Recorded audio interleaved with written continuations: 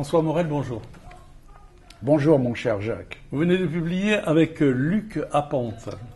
De toi. Les cahiers de vacances du franc-maçon. Les cahiers de vacances du franc-maçon. C'est excusez-moi, mais c'est le cahier de vacances du franc-maçon. Vacances au pluriel et un cahier. Oui, c'est comme on ne dit pas la guerre des étoiles, mais en anglais c'est les guerres de l'étoile. Ah oui. Question à Luc Apante et François Morel. 300 pages et environ 120 dessins. Ça demande du temps.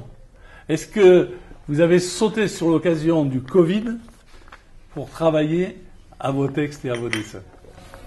Non, d'abord j'ai jamais attrapé le Covid, donc voilà. Et puis, contrairement à mon coéquipier Luc Apante, j'avance pas masqué, donc c'est pour ça que je peut-être pas. Et en fait, non, vous mettrez peut-être plus de temps à les comprendre que j'ai eu à les dessiner.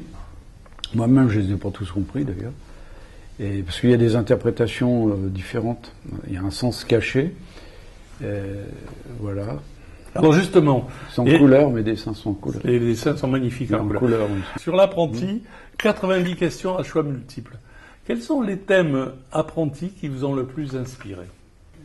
C'est vrai que il y en a qui sont, j'en trouve, bon, ils sont pas tous très très drôles, mais il y en a quelques-uns qui m'ont fait rire, c'est vrai. Je reconnais qu'il y en a quelques-uns. Alors je me souviens plus exactement desquels. D'accord. Si vous permettez, oui. Mon cher Jacques. Oui, donnez un coup d'œil. Au hasard. Voilà. Quand les apprentis préparent le tableau de loge et que le vénérable dit plus haut la lune Roger, par exemple. Bon. Il faut voir le dessin. Il faut voir le dessin, parce que quand je vous dis ça comme ça, oui, bien sûr. Ça ne présente pas forcément un intérêt particulier. Je peux... j'ai un dessin qui est moins drôle, mais qui est beaucoup plus... percutant. Oui. C'est dans la respectable loge, les citrouilles célestes. Certains auraient voulu que leur décor brillasse après minuit.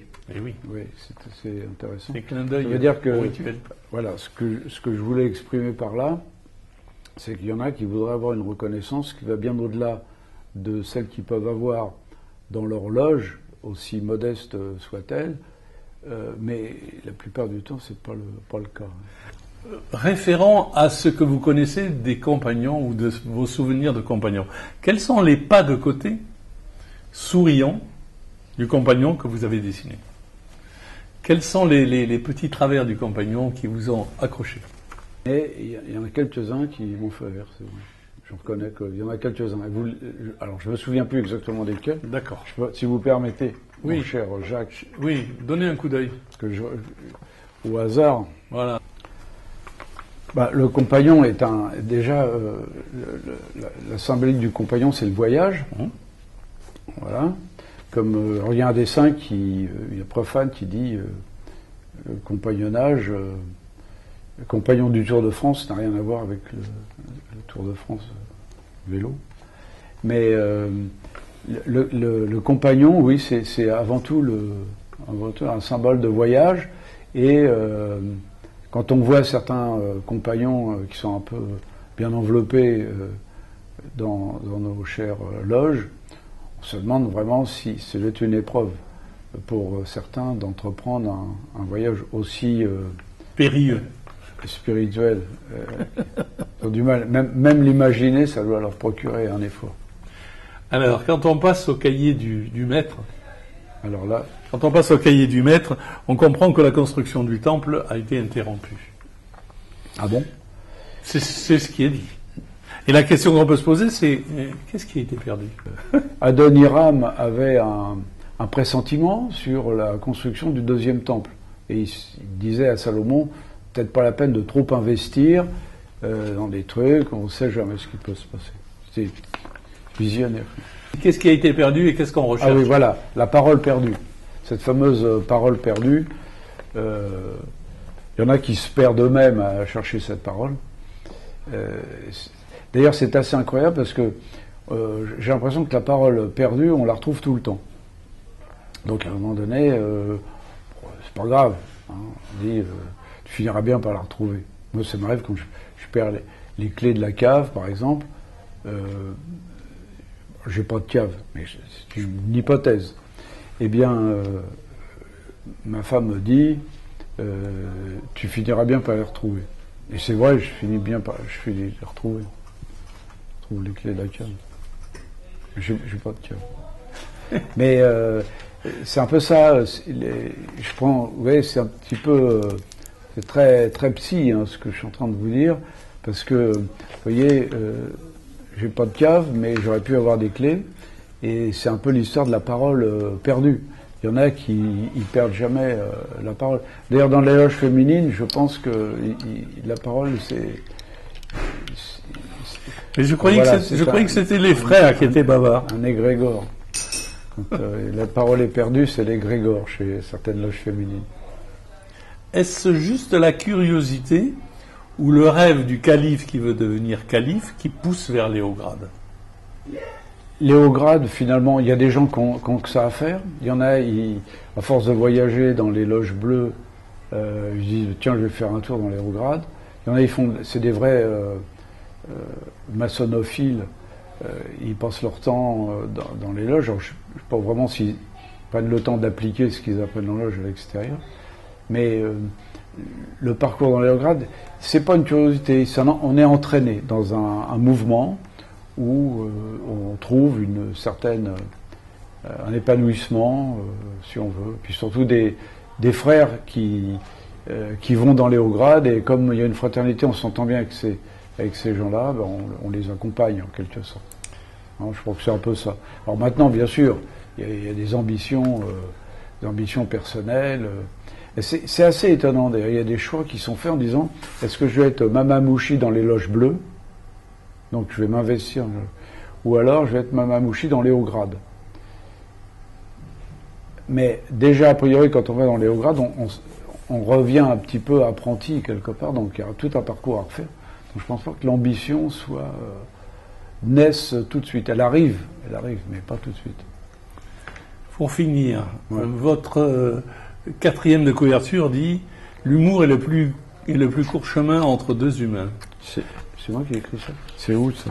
C'est la quatrième de couverture. C'est où la quatrième? C'est la dernière page. Là, ici, là? Oui, oui. Et qu'est-ce qui est dit? L'humour est le plus court chemin entre deux humains. Ma question c'est, quels sont les comportements maçonniques qui risquent d'éloigner les frères de ce chemin? Le manque d'humour. Je pense, mais y a-t-il plusieurs formes d'humour? Est-ce qu'on rit tous de la même chose? L'humour est quelque chose d'extrêmement subtil, en fait. Il est très révélateur de l'état d'esprit et l'état d'âme de celui qui veut en faire. Je pense que c'est une révélation. Alors, l'humour, c'est des clans. On va rire d'un événement à un ou deux, alors que les autres ne vont pas en rire de la même situation. Donc l'humour n'est pas universel. Donc cette connivence qui va s'établir, c'est une bénicité.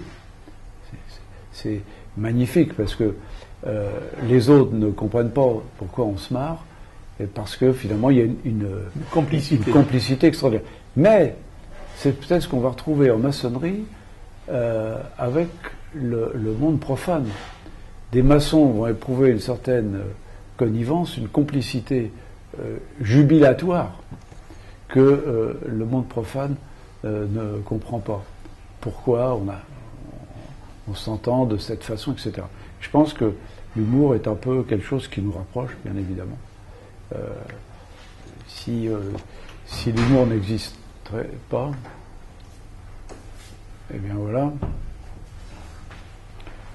On ne peut pas dire si l'humour n'existait pas, il faudrait l'inventer, parce que l'humour, ça ne s'invente pas. Voilà. Ce sont des situations qui sont créées par l'humour. Ma dernière question, c'est François Morel, quelle est la question que je ne vous ai pas posée et que vous auriez aimé que je vous pose? Reste-t-il du vin à table? Et bien sûr, j'ai répondu non, malheureusement, donc on va en rester là, mon cher Jacques. Mon cher François, sur cette sublime réponse, nous allons clore notre interview. Merci. Merci beaucoup. Merci Jacques. Merci de ta patience, de ta clémence. Voilà. Et surtout à ceux qui l'écoutent.